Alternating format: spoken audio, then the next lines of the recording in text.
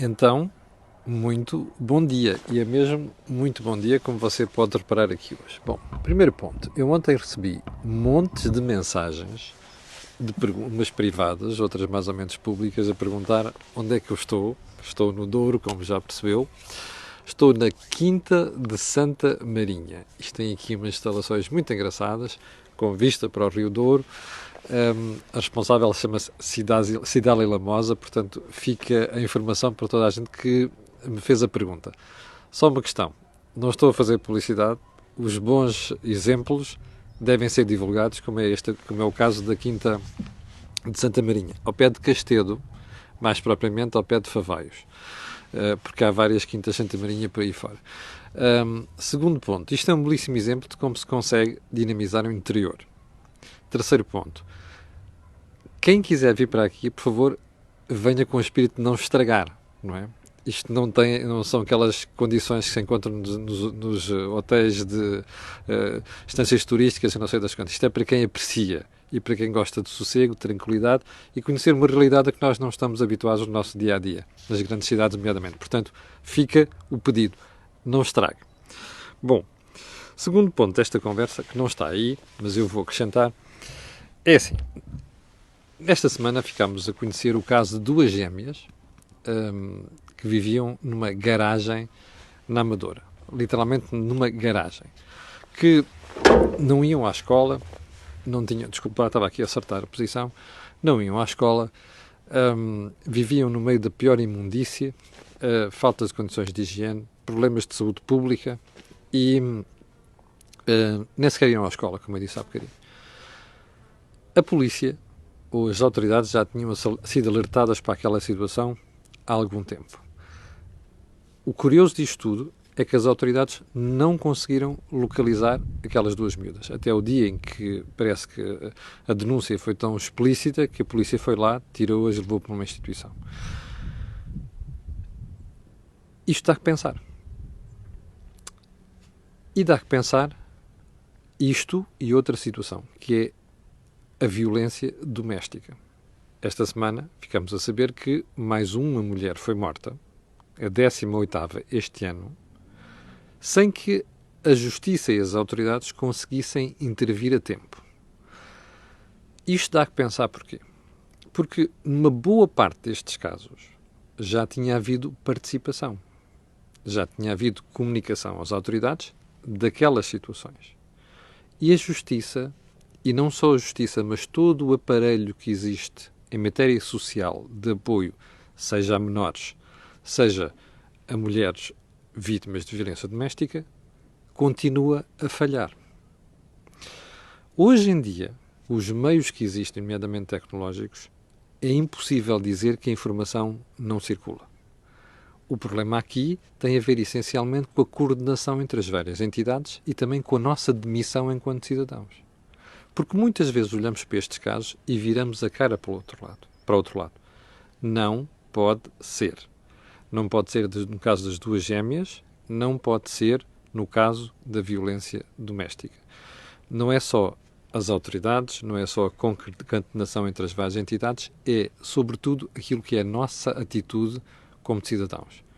Uma atitude de cidadania. Isto não é aceitável. E porquê é que eu trago isto à conversa hoje? Olha, estava a ver as manchetes dos jornais esta manhã e dou com a manchete do Jornal de Notícias que diz que todos os dias, ouviu bem? Deixe-me só abrir aqui. Todos os dias, a Justiça arquiva 7 denúncias sobre menores. 7.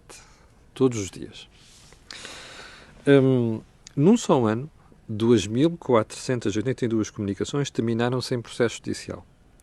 As comissões de proteção querem melhorar a colaboração com o Ministério Público. Já percebeu? A questão fundamental está aqui. Não é normal que haja tantas denúncias e tantos arquivamentos. Há alguma coisa que está a falhar mal nisto. Então vamos lá à nossa agenda de hoje. Bastante extensa, como é habitual. Primeiro ponto. O PAN, Pessoas, Animais, Natureza, nunca percebi muito bem este nome, parece que quer criar um SNS para cães. Ouviu bem? Criaram Serviço Nacional de Saúde para cães.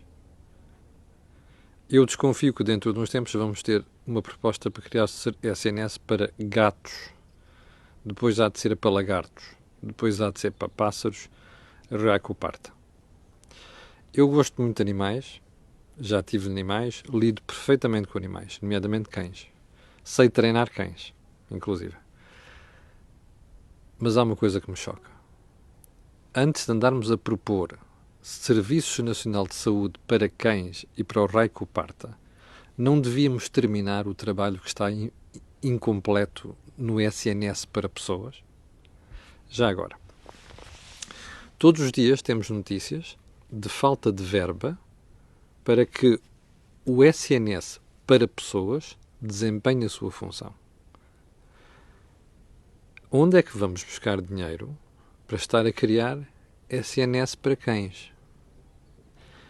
E são partidos destes que aparecem com 6 e 7% das intenções de voto. Eu confesso que não percebo. E juro que não estou a fazer campanha. Segundo ponto. O The Wall Street Journal, que é uma das bíblias dos mercados financeiros, da economia, fez uma análise ao turismo em Portugal, em particular da Comporta. E uma das perguntas que deixa no ar é saber se a Comporta corre o risco de se tornar uma nova Ibiza. Isto é um alerta para nós. Primeiro, eu acho que a Comporta está muito longe disso. A questão não é essa. Mas nós temos de estar atentos. Porquê? Primeiro porque nós temos que diferenciar no turismo. E como se está a perceber, cada vez que há abrandamentos, é muito importante nós termos um turismo virado para o segmento de maior valor acrescentado, como pode ser a Comporta. E é um alerta porquê? E porquê é que é importante para nós? Que é para nós percebermos que à nossa volta há muita gente atenta àquilo que nós estamos a fazer. De bem e de mal. E nós não nos podemos esquecer, algumas partes do Algarve e o sul de Espanha são um bom exemplo disso, de que alguns erros depois perduram por décadas. E estas coisas não são facilmente reversíveis, como se vê depois quando é preciso demolir, desfazer e o diabo 4, não é? Como estamos a ver uma série de problemas desse nível. Portanto, é bom que nós estejamos atentos, porque há gente a olhar para nós e a ver o que nós estamos a fazer em matéria de turismo. E aqueles ganhos que nós tivemos nos últimos anos, merecidos, fruto até de uma espécie de acordo do regime entre várias cores políticas para ajudar a fazer aquilo que é a divulgação muito boa que Portugal tem hoje em dia no mundo, tudo isto pode ser revertido. Há gente, permanentemente, com os olhos postos em nós, como se viu no caso do Wall Street Journal. Terceiro ponto desta conversa, deste período de ordem do dia. Lembra-se, falámos ontem, saber se a lei iria consagrar a penalização para o Estado da rotatividade de trabalhadores. Porque isso foi uma das alterações decididas à lei laboral. 1.800 pessoas em direto. Obrigado pelo seu apoio. Parece que o Parlamento esqueceu. A única pergunta que eu quero deixar no ar é: porquê é que o Estado é sempre isento destas coisas, não é? Como já se viu no prazo dos contratos, falámos aqui ontem, e os privados estão sempre na linha da mira da lei, das autoridades. Explique-me lá, porquê é que o Estado há de estar exemplo do cumprimento desta obrigação? Olha, o comboio do Douro, esta hora da manhã. Último ponto. A Liga Nacional de Bombeiros, através do seu presidente, Jaime Marta Soares, denunciou que as finanças têm lá na sua mesa a aprovação de compra de novas ambulâncias para o INEM. Algumas dessas ambulâncias, diz a Liga de Bombeiros, têm mais de 15 e 20 anos de serviço. Bom, nós todos sabemos que o Dr. Jaime Marta Soares é um bocado truculento, às vezes a denunciar coisas e a falar coisas. E às vezes não é bem assim. Bom, mas o alerta fica feito aqui. E porquê é que não me custa muito acreditar que pelo menos uma parte disto é verdade? Porque nós sabemos que, no caso das finanças, tem havido suspensão ou congelamento da despesa em variedíssimas áreas. E também na saúde. Portanto, mais uma informação, mais um elemento a que temos de estar atentos nos próximos meses. Último ponto, é matéria da minha predileção, como sabe. ADSE. Dezembro de 2018. sururu com os privados, porque a ADSE queria cobrar e quer cobrar em retroatividade 38 milhões de euros que alegadamente terá pago aos privados, aos prestadores de cuidados de saúde privados, desde 2016 até desde 2015 até 2017. Sururu, recusas de parte a parte, negociar, ameaças de tribunal, não sei das quantas. Depois a ADSE veio-nos comunicar que afinal estava a analisar novas tabelas para enviar aos prestadores de cuidado de saúde privados. Dezembro, janeiro, abril, falei pela primeira vez aqui nisto, onde é que estão as tabelas. Maio, junho, julho, voltei a falar aqui nisto. Ontem ficámos a saber que a ADSE finalmente enviou para o Conselho Geral de Supervisão da ADSE, ainda não aos privados, as novas tabelas. Essas tabelas ainda não chegaram aos privados. E pelo ritmo da velocidade da informação que circula dentro do Estado, que nunca é a velocidade eletrónica, eu suspeito que daqui a 2, 3 meses ela deve chegar aos privados. Se calhar por entrega até em mão própria. Já percebeu como esta questão está tudo a marinar, até às eleições? Há alguém interessado em discutir estas coisas à sério? Não parece. O que dá a sensação é que alguém anda a fazer campanha eleitoral disto, que é denuncia, mostra que não sei o quê, o Estado a pôr nos privados os malandrões na ordem e tal, para salvar o SNS. E depois estas coisas ficam aqui todas a marinar. Eu só tenho uma palavra para isto. É uma vergonha. Uma expressão. É uma vergonha. Estamos a brincar com as pessoas, estamos a brincar com uma boa parte da saúde de qualidade que é prestada hoje em complemento ao Serviço Nacional de Saúde pelos privados, às pessoas. Não é aos ricos. Há um número crescente de pessoas que não são ricos que recorrem aos hospitais privados. Seja por causa das convenções, seja por causa dos seguros, seja do que for. E essas pessoas vão lá, continuam a ir lá. Diga-me só uma coisa. Se aquilo fosse tão mau assim, as pessoas iam? Não iam, pois não. Portanto, estes hospitais, estes prestadores, estão a prestar serviços de saúde não só pública, mas estão a prestar um serviço público. Portanto, era bom que isto fosse levado um bocadinho mais a sério do que está a ser levado pela ADSE e está a ser levado pelo Estado em geral. Eu gosto muito de campanhas eleitorais, mas há coisas que estão acima das campanhas eleitorais. Bom, então vamos lá, agenda 2. Eu tinha-lhe dito, e tenho-lhe dito sempre ao longo dos últimos 2 anos, que os impostos vão subir. E vou repetir, os impostos vão subir em Portugal. Aliás, vou apostar consigo o que quiser. Quando nós chegarmos ao final de 2019, você vai descobrir que a carga fiscal subiu, superior a 2018. Recordo que em 2018 a carga fiscal já ficou em 35,4%, o valor mais elevado de sempre, carga fiscal. Eu sei que temos um Ministro das Finanças e um Governo que está a tentar reinventar o conceito de carga fiscal. Ela é sempre a mesma. Quando nós somamos tudo quanto é impostos e contribuições, calculamos o peso no produto interno bruto, na riqueza nacional criada, e percebemos qual é o nível. Ele está em 35,4%, é o valor mais elevado de sempre. Vou apostar consigo que este ano vai voltar a ser superior. Mas não só. Há umas 3 semanas, o Secretário de Estado da Saúde deu uma entrevista ao meu jornal, ao Jornal de Negócios, onde dizia uma coisa muito simples. Vamos tentar ir buscar mais verbas para o Serviço Nacional de Saúde. Primeira pergunta. Você não tem assistido a declarações profusas de ministros, a começar pelo das Finanças, a terminar na saúde, a dizer que na saúde está tudo bem? Que não tem faltado verbas, não tem havido cativações? Espera uma coisa. Então, se é assim, porquê é que o Secretário de Estado vem dizer que é preciso colocar mais verbas no Serviço Nacional de Saúde? Não bate a bota com a perdigota, pois não. Bom. Segundo ponto, como é que ele está a pensar fazer isto? Não é destinando mais dinheiro do Orçamento de Estado para aquilo. Não. É o seguinte. Você hoje em dia tem um número apreciável de deduções no seu IRS que vêm resultantes da despesa que você realiza todos os anos com saúde. Até agora, essas deduções valem 15% daquilo que é a despesa total que você faz. Obviamente com um determinado limite. E o que está a propor é que este valor de 15% baixe para 5%. que é que isto quer dizer?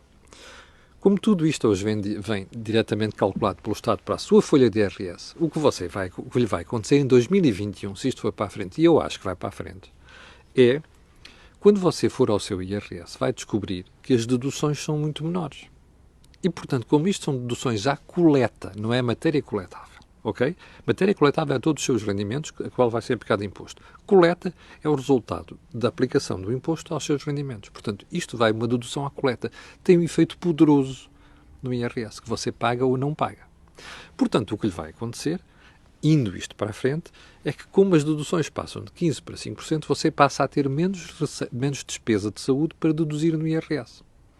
Lá está. A sua fatura fiscal vai subir. O Estado só diz assim, isto é impopular. Pois, mas também é impopular, temos problemas no SNS. Alô? Quem é que andava a dizer que não tinha problemas no CNS? Quem era? É a senhora Ministra. E é o senhor Ministro das Finanças e é o senhor Primeiro-Ministro, não é? Ou seja, o que nós estamos a descobrir é que eles, agora, pela boca morre o peixe. Estão a reconhecer que há um problema. Em segundo lugar, estão a dizer que precisam de ter mais dinheiro no problema. Estão a ignorar que não é só um problema de dinheiro. Mas pronto, onde é que vão buscar esse dinheiro? Ao bolso do contribuinte. E agora, você desse lado deve estar a perguntar assim, mas espera aí, quanto é que isto representa? Eu digo-lhe, 1.400 pessoas em direto, obrigado pelo seu apoio, mais ou menos 300 milhões de euros. Diz o Secretário de Estado. Eu digo-lhe que vai ser mais de 300 milhões de euros, porque a despesa com a saúde está a aumentar. Ok? Ou seja, é dinheiro transferido do seu bolsinho para o bolso do Estado, sem que ninguém no governo esteja preocupado com a racionalização daquilo que é, neste momento, o SNS. Ninguém está preocupado com isto. Está preocupado só a tirar dinheiro para cima do problema. Portanto, era isto que tinha para lhe contar desde o início desta semana. Segundo ponto. Terceiro ponto. Vamos novamente para a lei da greve. E porquê? Porque, como você percebeu nos últimos dias, o governo decidiu fixar, não só na greve dos motoristas, como agora na Ryanair, serviços mínimos. E isto está a provocar uma certa celeuma. E eu percebo. Porquê? Repara uma coisa. O governo vai fixar serviços mínimos numa greve da Ryanair. A Ryanair é o único responsável pelo transporte de passageiros entre Portugal e o exterior. Não é. É a única operadora. Não é. Também há a TAP e há outras companhias. Bom, qual é o problema? O turismo tem um peso cada vez maior na economia portuguesa? Tem. A Ryanair tem um peso enorme a trazer passageiros para Portugal? Tem.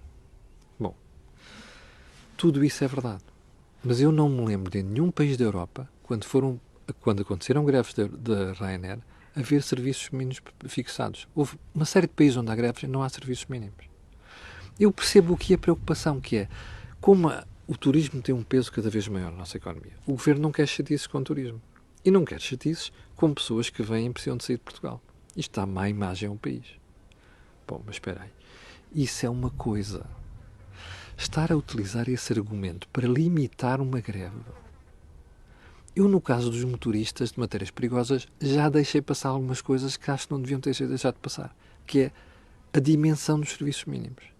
Mas no caso da Ryanair, eu vou-lhe dizer o que é que está a acontecer. O governo está a fazer com a greve tudo aquilo que fez nesta legislatura noutras áreas. Quer dizer assim, vamos aumentar a despesa. Não aumenta a despesa. Vamos investir mais. Não investe. Vamos mudar a lei laboral, reverter a troika. Depois só muda-se uma coisinha de nada. Vamos reverter tudo na lei das rendas. Depois só se reverte uma coisa. Está a ver? O governo diz uma coisa e faz outra. Aqui neste caso está a dizer o quê? Não vamos mudar a lei da greve, não é preciso. Mas na prática está a mudar a lei da greve.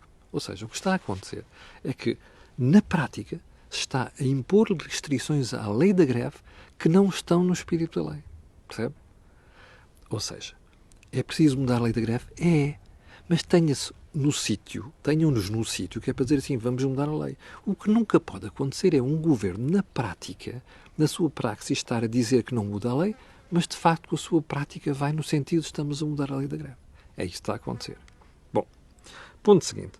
A nossa querida Catarina Martins ontem virou-se para nós e disse-nos que isto, condenação, a Ryanair não pode fazer isto.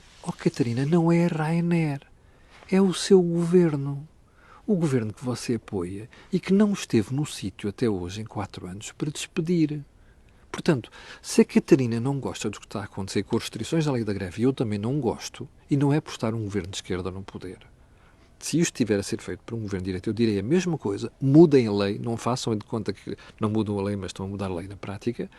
O que a Catarina devia estar a dizer é: ó Sr. Dr. António Costa, o senhor está a violar a lei da greve. Tenha a coragem para dizer isto. Mas, o que a Catarina não está a perceber é que a evolução da economia mundial permitiu estas coisas. Se a Ryanair não gostar de alguma coisa que se passa em Faro ou no Porto, em Lisboa, começa a pôr os aviões a voar para cá de outras bases. E quem perde é Portugal. Até se continuamos a ter os mesmos passageiros, o problema é o emprego e a atividade económica proporcionada pela base em Faro, em Lisboa, no Porto, desaparece. Portanto, a Catarina precisa de aprender umas coisas, os sindicatos também, mas é importante que o governo que está a tentar na prática mudar a lei da greve tivesse a coragem de assumir isto, que é: nós temos de mudar a lei da greve. Ponto final. Porque aquela lei foi feita durante o período do PREC. O que não podemos ter é dizer que não está a mudar a lei, mas na prática está a acontecer. Bom. Vamos ao último ponto. Eu tinha prometido isto desde a semana passada ou desde segunda-feira. A história do Museu do Estado Novo. Primeiro ponto. Eu odeio ditadores. Ok? Segundo, para mim, Salazar foi um ditador. O regime matou. Restringiu liberdades, restringiu. O regime era antidemocrático? Era. Segundo ponto. Nós podemos ignorar isso na nossa história? Não podemos, pois não. As histórias dos países são assim. Tem coisas boas e tem coisas más. Em alguns casos, coisas muito más. Por que raio é que eu hei de fazer de conta que aquilo não existe? A ponte que era Ponte de Salazar mudou para 25 de Abril. Depois o Ponte sobre o Tejo, não sei o quê. As ruas, monumentos mudaram. Espera aí. A gente por deitar uma estátua abaixo ou mudar de nome de uma rua muda a história. Isto é uma estupidez. Pode-se dar novos nomes a novas coisas feitas? É óbvio que sim. O que nós não podemos fazer é pegar numa esponja e apagar o passado. Neste caso concreto, eu não sei porque é que um museu do Estado Novo causa tanta confusão a tanta gente. Eu vi um historiador Zeco, eu vou repetir, historiador Zeco, dar uma entrevista a uma das televisões a dizer que não vejo ali material suficiente para analisar o Museu do Estado Novo. Who the fuck are you to tell that? Não é? Mas que raio é que esta pessoa para dizer não vejo ali material? Já agora, quando os museus começam com o seu espólio fantástico? Não, pois não. Já agora uma coisa. O autarca de Santa Combadão é socialista, by the way. Depois eu sei que há um outro socialista em Viseu que está contra aquilo. Meus senhores, o Salazar é condenável por muita coisa. Aceitemos isso. Era um ditador. Mas eu não posso deixar de analisar a história. Eu não posso deixar de ter o testemunho da história. Deixemos as novas gerações fazer esse testemunho. Conhecer isso, até por outra razão, para nós ficarmos vacinados contra ditaduras. O que eu não quero é ver uma meia dúzia de indivíduos que foram ali promover um abaixo-assinado como se fossem os pais da pátria, como se fossem os donos daquilo que deve de ser ou não ser a nossa história e a análise da nossa história. Já agora, último ponto desta conversa. Porquê que algumas destas pessoas que aparecem no abaixo-assinado não fazem o mesmo para os Maduros, como era para os Chávez? Olhe, para os Kim Jong-un. Recorda-se que uma vez o camarada Bernardino Soares, presidente da Câmara de Louros, disse que a Coreia do Norte é uma democracia. Você lembra-se que há poucos meses o camarada Jerónimo de Sousa dizia: a Coreia do Norte é uma democracia? Isto é uma questão de opinião. Opinião? Olhe, se alguém dissesse o mesmo de Salazar. Salazar era um ditador, é uma questão de opinião. Não é uma questão de opinião. Era um ditador. Ponto final. Já agora é bom dizer uma coisa: um ditador muito diferente daqueles malucos que estão lá da Coreia do Norte e não sei o que é, mais de Maduro. Isso também não há dúvida nenhuma. Onde é que quer chegar com isto? Meus senhores, não apaguemos a história. Nem a boa, nem a má. Não apareçam pessoas a fazer de conta que são donas do Portugal. Quantas pessoas com tiques ditatoriais já aconteceram na história portuguesa? E nós estudámos-la, Marquês de Pombal, Bozinho de Albuquerque, Sidónio Pais. Nós apagámos essa história? Não. Portanto, deixem-se de parvoices. Querem fazer um Museu do Estado Novo? Façam. Quanto mais museus do Estado Novo houver, melhor. Ensinamos às crianças e às novas gerações o que nós não podemos tolerar porque gostamos de democracia. Capixa? E por aqui me fico. Segunda-feira já tenho coisas para a agenda. No fim de semana não o vou incomodar. Vou-lhe dizer que à segunda-feira estarei aqui às 8 da manhã. Não aqui, mas noutro sítio.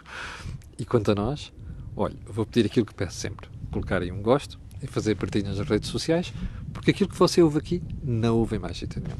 Obrigado, com licença, e até segunda-feira.